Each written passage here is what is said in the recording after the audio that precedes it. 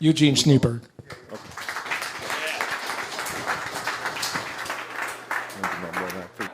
Dan. I have to say, I feel insecure following not only Doran, but you, because my book is not 550 pages. It's 118 pages. So, yeah. But I have to say, Doran, that was a great introduction. That was so funny. I've been introduced so many times, and they read verbatim this long, spiel, and I love the Ivan Schneeberg thing. That was the best introduction I've ever had. So it's great to be with you all. I'm so excited. Kenny, it's great to see you, brother. Your reputation precedes you. I was on a national reentry call, prisoner reentry call, with a brother from Bridgeport, and he just kept talking about Kenny Jackson and what a remarkable man he is and what an impact he's having in this area. So to be actually in the same room as you, to be able to meet you is a really great honor. So thank you for what you do. I'm Eugene Schneeberg, and a couple of things as we get started. Doran, even though that was a great introduction, you did leave out the fact that I earned my PhD. So I want to note that, okay? No, it's okay. This happens. People get so fixated on my last name and they forget, my credentials. So I actually earned my PhD before I turned age 20. And I'm a little bit of a savant, if you will. I earned my PhD before I turned age 20. Some of you were wondering, like, mathematically, how young was he to be able to do that? I earned my PhD. It's on my wall in my office in D.C., my public high school degree. So some of you are just getting that, but it's okay. So does anybody else have a PhD, a public high school degree? Okay. So nice to meet you, doctors. So Doran, next time you introduce me, you got me? Ivan Schneeberg, PhD. The second thing I want to do is help you guys with the pronunciation of my last name. You guys are all distinguished gentlemen. You're very polite. No one would ever ask two questions. How do you pronounce my last name? And secondly, how did I get that last name, okay? Anybody have a German name in here? Am I the only one? Okay, a couple folks, right? So I'm going to help you answer two questions, the pronunciation and where I got my last name, in 30 seconds or less. So first of all, my mother and father were never married. My father's African American, my mother's Jewish American. I have my mother's maiden name. That's how I got my last name. So that was easy for the nosy people in the room. The proper pronunciation of my name is also very easy. How many of you guys remember the Mr. Rogers show? Anybody? Mr. Rogers? Okay, good. Mr. Rogers used to say, "It's a beautiful day in the neighborhood, a beautiful day in the neighborhood. Won't you be my neighbor?" For me, it's "Won't you be my Schneeber?" All right? So that's how you pronounce my name, Eugene Schneeberg, PhD. Got it? All right. I want to do something really quick. We're going to take 60 seconds. I need folks to take out your phone. Take out your phone. Oh, because we're on Zoom. Okay, yep, I got it. Hey, Zoom people. All right, everybody have your phone. Take out your phone at home. All right. Everybody got their phone? Open up your camera on your phone. All right, open up your camera on your phone. All right, everybody got your camera on your phone? All right, here's what I want to do. I want you to, I'm going to set a timer on my phone. I'm going to give away a free copy of my book, and the first person to take 10 selfies with other men in this room is going to get a free copy of my book. Beginning now. 10 selfies with people in this room. You got to get up. Don't be shy. 10 selfies. First one, free book. Nick is on it. There we go. Yep. You got to get up, move. Don't be shy. Some people left their phone in the car. All right, you got 10? All right, let me see. Let me swipe. That's 1, 2, 3, 4, 5, 6, 7, 8, 9, 10. Wait, more? 13. Well, Nick, that's for you, brother. That's for you. All right. Bless you, brother. All right. Excuse me, let me grab one more. All right, and then I have one more book I want to give away, and I want to preface this book giveaway by saying So I'm a father of four. My oldest son is here, EJ. Stand up, EJ. EJ is a remarkable young man. He's a rising junior. He goes to Sidwell Friends School in Washington, D.C., which is where Obama's girls went, and Chelsea Clinton and Barbara Bush went there. Extraordinary school, an extraordinary young man. I'm so proud of him. We share a name, and just a wonderful young man. And he's going to be helping you guys if you want books at the end. So thank you for being with us, EJ. So yesterday, I was out in my backyard, and we built a basketball court in my backyard. Primarily for my kids who all play basketball. You can see I'm tall. And so I'm going to pick up something. And have you ever done this? I banged my head on a branch, a tree branch, and I scratched up my whole scalp, right? Anybody ever just bang your head on something and you feel dumb for doing it? And so I scratched my head up, and I was like, ow, but I kind of sucked it up. And that's kind of what I want to talk to you about today. The Lord was making it clear to me. I want to talk to you about scratches and scars.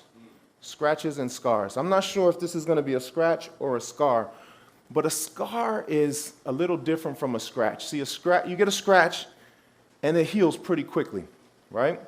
But a scar is a little different. A scar is something that it hurts, it's painful, but then it lingers. It lingers for a long time. It takes a long time to heal, and even if it heals, you still see the remnants of it for a long, long time. So this next book I want to give away is to anyone that's in here that has ever had a scar, something that's been painful in your life for a long period of time, something you've wrestled with. Is that you, Rocky? All right, here you go. I'm going to give this to you. Thank you, brother. And I want to, if I had a title to my message, how do I go up, down, side to side? If I had a title, it would be Your Greatest Pain is Your Greatest Gift, okay? How many of you guys have been through something painful in your life? Okay? Every hand is up. When I think about my life, the greatest pain I've ever gone through is the fact that I've never met my father. I'm 44 years old. I've never met the man a day in my life. When I think about my experience growing up without my dad, I'm not unique. Millions of children grow up without their fathers in the home. What was a little unique about my story is never meeting him. And not only never meeting him, but not really knowing anything about the man. My father served in Vietnam. He met my mom shortly after coming back in Boston. They kind of had a brief relationship. I was conceived. They kind of went their separate ways. About a year after I was born, my father came back around to my mother's apartment, literally a year later after they kind of met. And my mother, when they separated, my mother didn't know she was pregnant. My father didn't know she was pregnant. And so he knocks on the door. She opens the door, and she says, "Oh, I haven't seen you in a year." And she says, "Come on in." She walks into the back room in the apartment. She says, "Surprise, this is your son." And my father, to his credit, says, "Oh," like he's surprised. Imagine that was you. You're surprised, right? He says, "Wow, well, I want to find a way to support you and the baby." And he said, "My sister just had a baby last year, and she has some baby clothes. And so can I help? Can I get you some baby clothes? Is there anything I can do?" Now, my mother had already had my older sister, and she had had another baby between my sister and I who passed away as an infant. And so my mother was kind of one of those women that said, I can do this by myself. You guys know women are very strong, right? And so she essentially said to my father at that time, "Thanks, but no thanks. I'm okay." She didn't know him. She didn't trust him. And she thought to herself, I know I'm going to take good care of my children, so I really don't need your help. And this was back in the days, this was in the 70s before Google. And so she stopped picking up his calls, and eventually she moved to another apartment. And that was the last time my mother and father ever saw each other, right? So that's the context. I come along. I'm about 8 years old. And most of my friends' dads weren't in the home either. But they knew their dads. Some children, some of my friends would see their dads on the weekends or in the summers or every other, some sort of situation, arrangement. But I was the only one that just never met him. And I also didn't know his last name. I knew his first and last name, but very common first and last name. And I didn't know his middle name. I didn't know his date of birth or his social security number or any of those things that would be helpful when I started my journey of looking for him. So I don't know what age fatherless children start asking their mother questions about their father.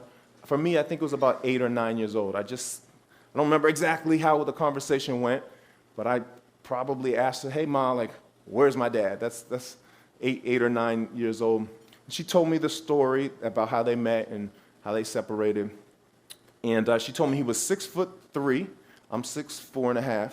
She said when they met, he was just coming out of the Veterans Hospital. And she said a very important detail, he had a jerry curl, okay?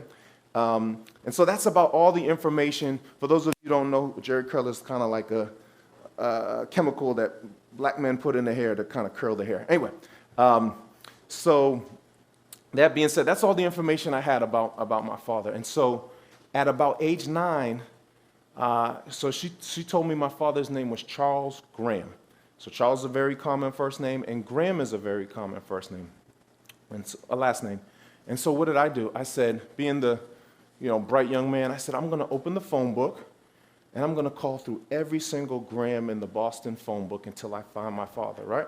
At age 8, okay, or 9. So I opened the phone book. The phone book was kind of thick like Dan's book, and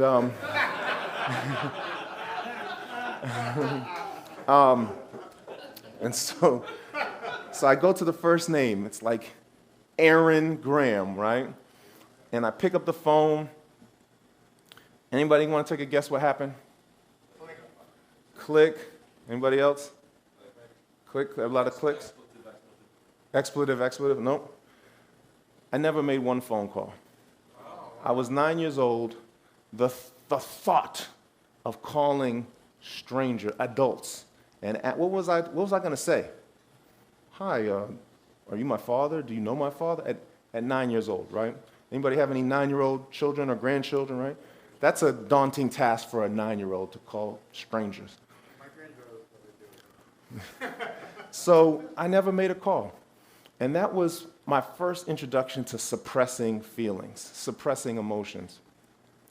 And I would just kind of not think about it for a year or so or 2 years until I would see a commercial on TV or a movie with it. And then I would ask my mom again about my dad. She'd give me one little detail, an additional detail, and then a few years later she'd give me But every time I asked my mom, I could tell that it kind of hurt her. She was uncomfortable. You know what I'm talking about? Asking your parents about something. And as a son, no son wants to hurt their mother. So as a result, I just didn't ask her. I didn't ask her very much at all. And when I did, I picked and chose my moments really carefully. So fast forward, I grew up in a neighborhood in Boston that was pretty rough, late 80s, early 90s, a lot of bad stuff happening. And it took a toll on me. When I turned 15, I essentially had the equivalent of a mental breakdown.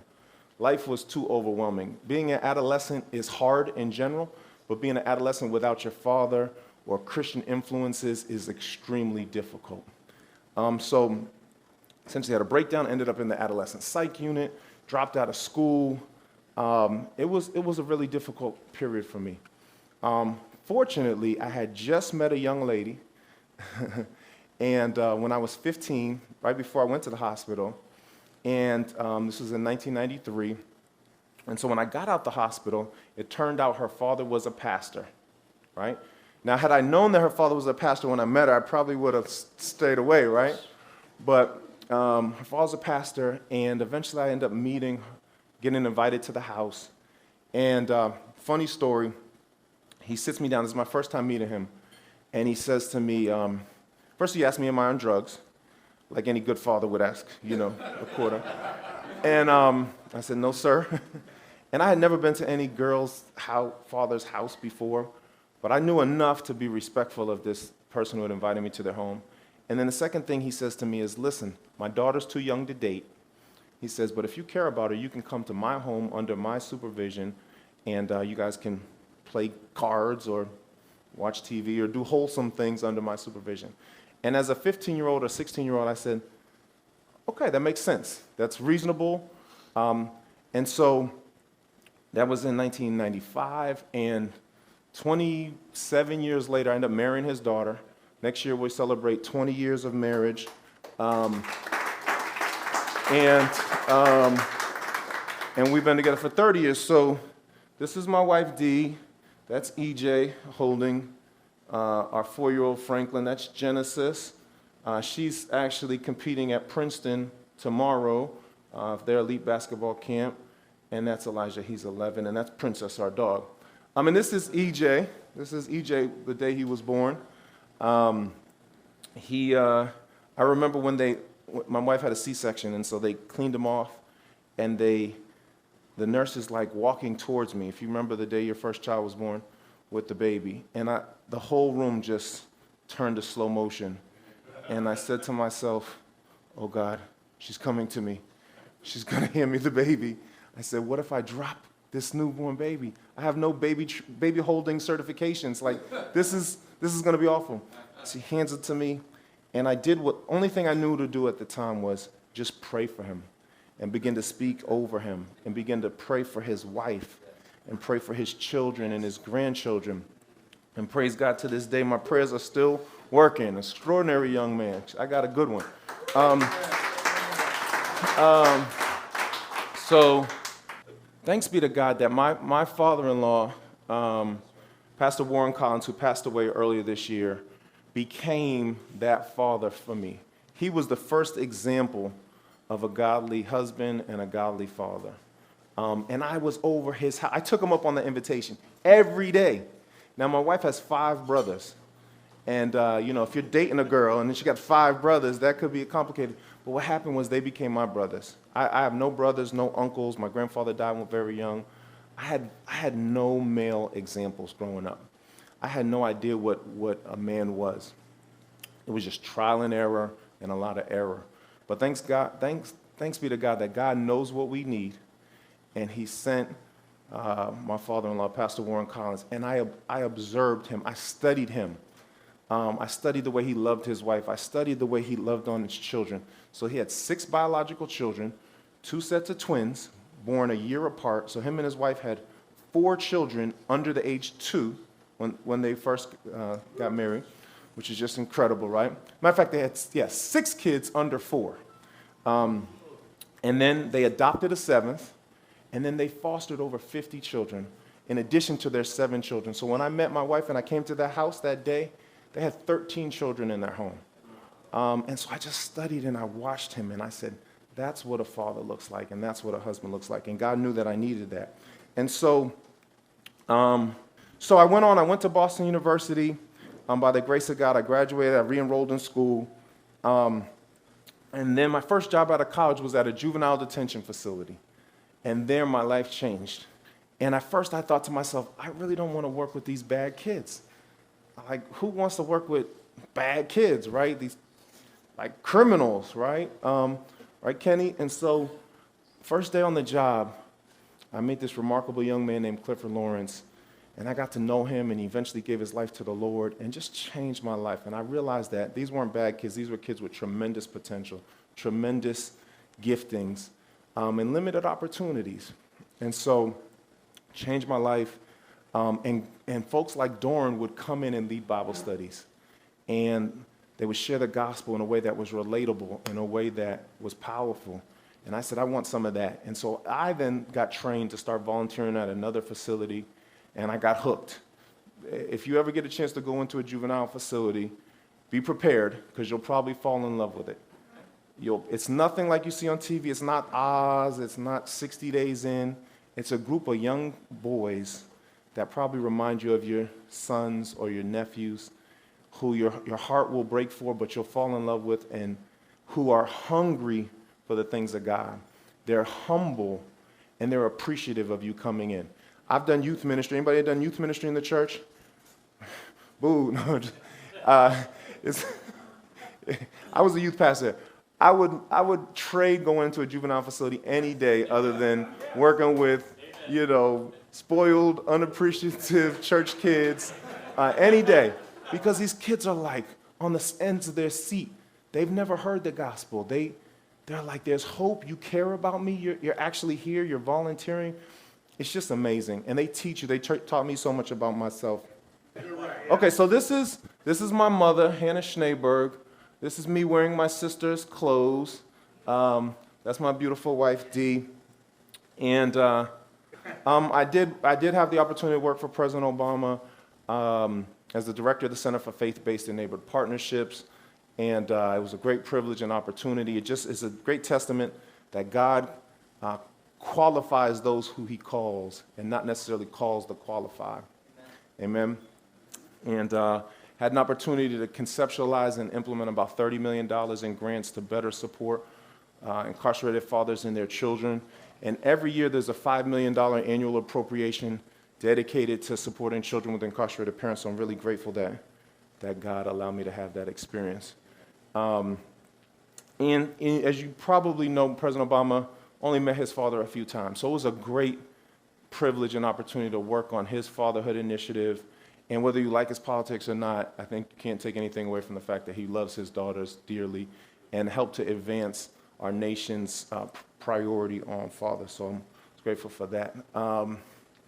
So as I begin to close, I want to, okay, back, there we go. One of the biggest questions I had about my father when I was coming up, after I graduated BU, I was in a prayer meeting with a bunch of Christian men and pastors and leaders, and I heard the Lord say in my spirit, this is about 2004, he says, it's time for you to look for your father.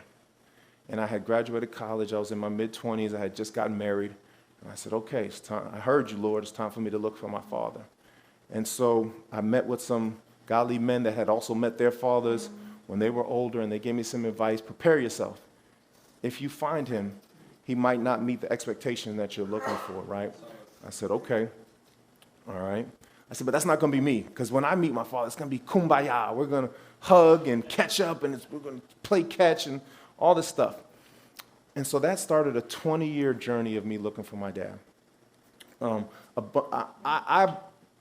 Doran hit the nail in the head. I believe that in order to make it, you do need to have Christian brothers around you to support you. You got to put them in your circle. So I was part of a small group of Christian men in my early 20s called Gideon's Army.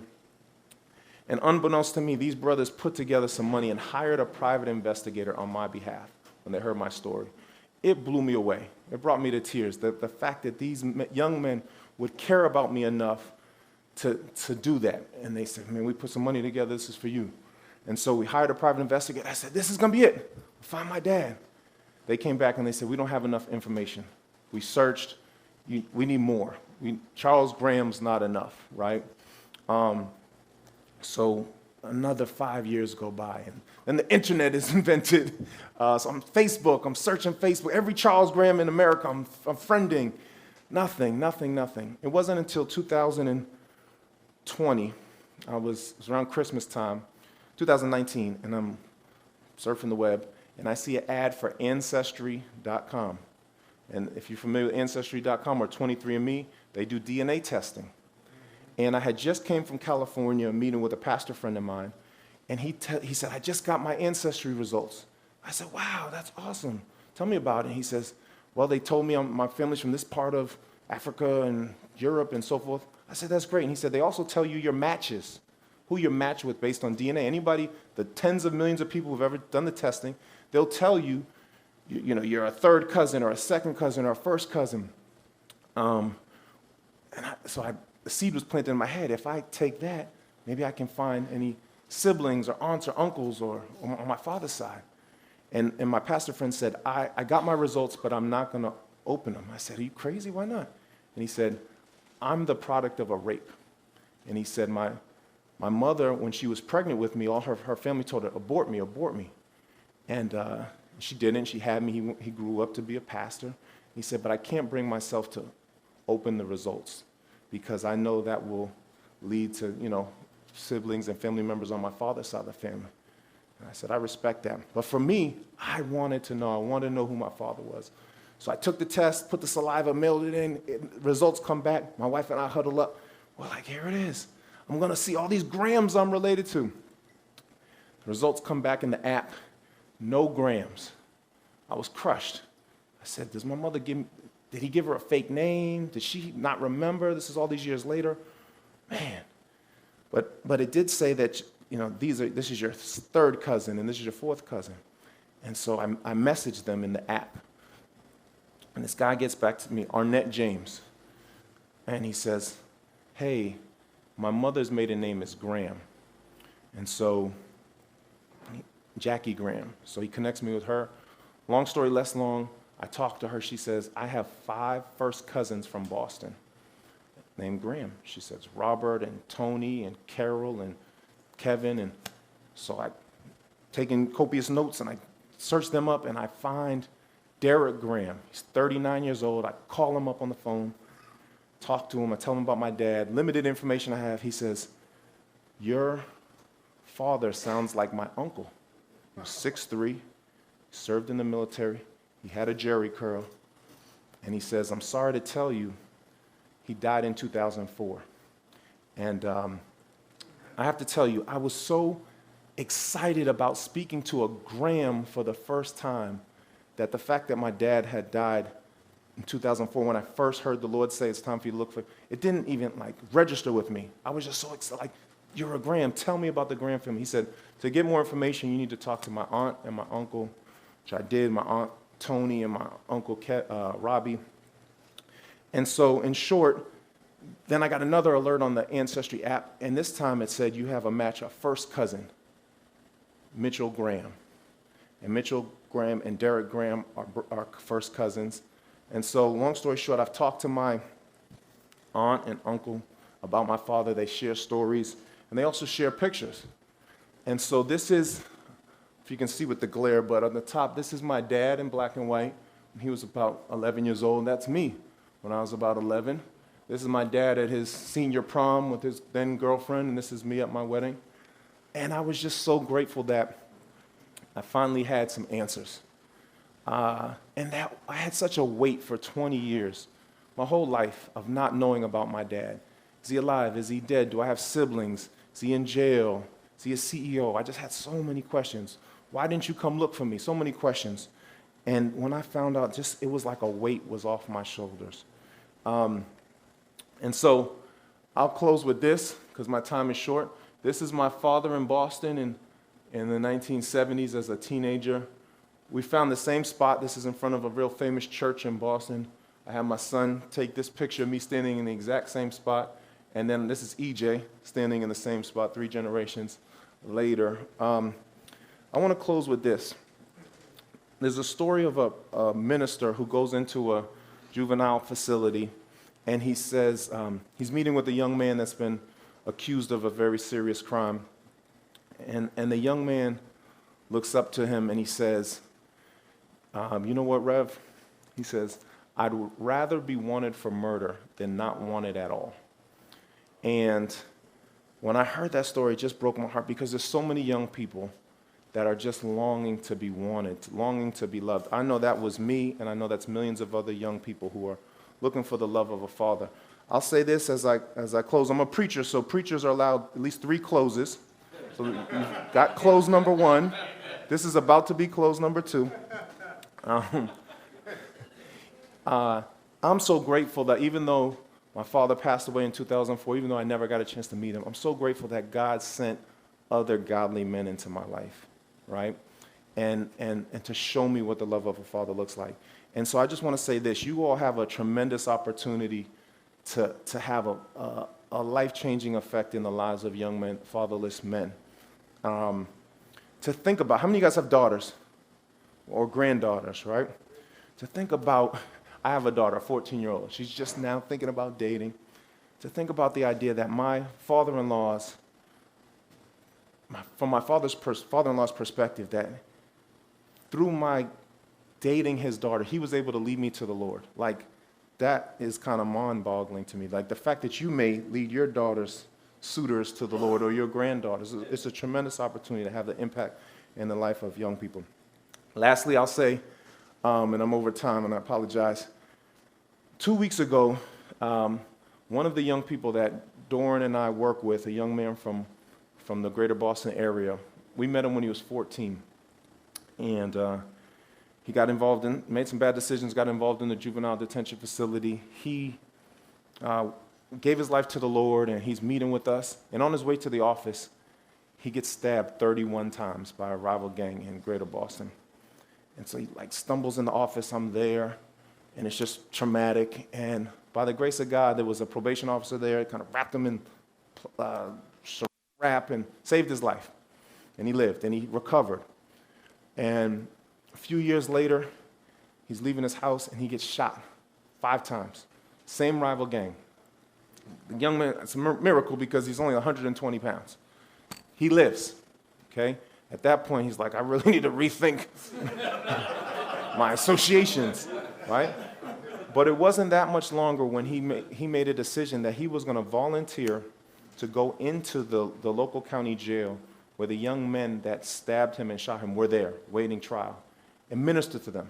Now, talk about forgiveness and grace and maturity as a young man in his late teens, early 20s. Just really remarkable. 2 weeks ago, he got married. He's now in his 30s. The most beautiful wedding you've ever seen. Just gorgeous, gorgeous, gorgeous.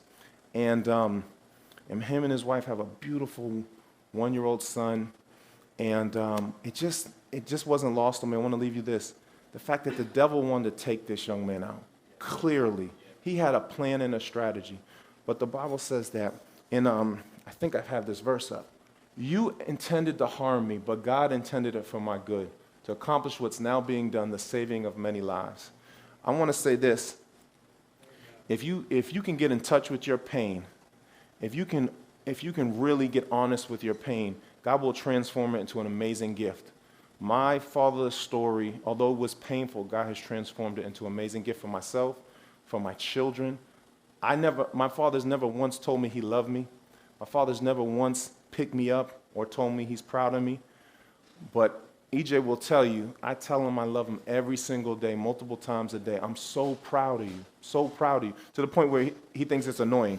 He's like, it's all right, I know, yes, you love me, yes, you're proud of me. Let's move on, all right? And so whether it's in business or in your family, God can turn the things that are painful into something beautiful.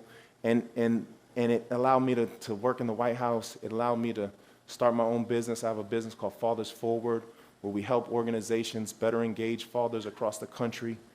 It's helped me as a husband. And so don't be ashamed of your pain. Don't hide your pain. Embrace it and turn it into a gift for others. Thank you for your time.